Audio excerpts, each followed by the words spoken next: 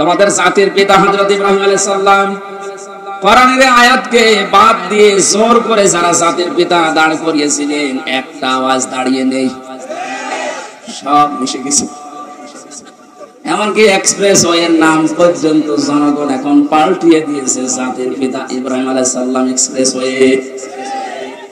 খাবার পাশ দিয়ে একটা রোড গেছে, ইব্রাহিম খলিলুল্লাহ রোড। বাংলাদেশের বহু ব্রিজের নাম, বহু সেতুর নাম, বহু রোডের নাম এখন আমাদের যিনি আসল জাতির পিতা তার নামে নামকরণ অলরেডি হয়ে গেছে। এজন্য কোরআনের উপরে মাস্তানি করে কিছু চাপিয়ে দিতে যাবে না, ওটা টিকবে না। কথা বলেন না কেন?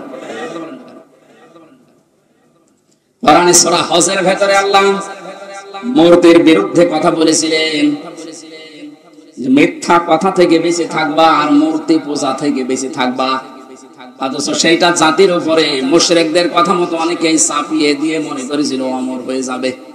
আমার তো এখন মনে হচ্ছে যত টাকা খরচ হয়েছিল এই ভুয়া জাতির পিতার জন্য, সব টাকাগুলো এখন পানিতে ফেলেছে। এগুলো যদি মানুষের জন্য খরচ করতেন, এই মানুষগুলোই এই লোকটার জন্য হয়তো দোয়া করলে আল্লাহ কবুল করলেও করতো। যা করলেন দোয়া করার মতো রাস্তা আর রাখলেন না, সব নষ্ট করে দিলেন। আমাদের যে নাম মুসলিম, আজ অনেকেই স্লোগান দিচ্ছে তুমি কে আমি কে, বাঙালি বাঙালি, এটা বলা যায় নেই। আমাদের পরিচয় বাঙালি না, আমাদের পরিচয় মুসলিম। কথা বলেন কেন? আর দেশ হিসাবে যেহেতু বাস করি এই দেশে, এই জন্য আমরা বাংলাদেশি। এই শব্দটাকে আমি বানালাম।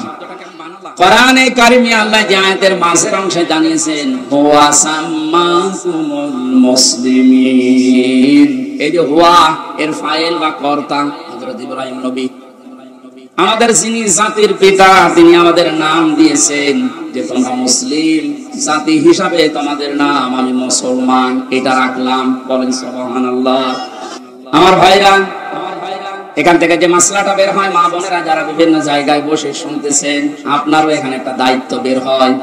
মার বাবা হিসাবে দায়িত্ব হচ্ছে সন্তান হওয়ার পরে মা বাবার প্রথম দায়িত্ব হচ্ছে তার একটা অর্থবোধক ইসলামী সুন্দর নাম রাখা। যেহেতু আমাদের পিতা হযরত ইব্রাহিম নবী, তিনি জাতির পিতা হিসাবে জাতির নাম রেখে দিলেন মুসলিম বা মুসলমান। আমরাও যারা সন্তানের মা বাবা হব, আমাদের প্রথম দায়িত্বই হবে একটা অর্থবোধক নাম রাখা। এটা আমাদের জাতির পিতা ইব্রাহিম নবী আলাইহিস সালাম থেকে আমরা পেয়েছি।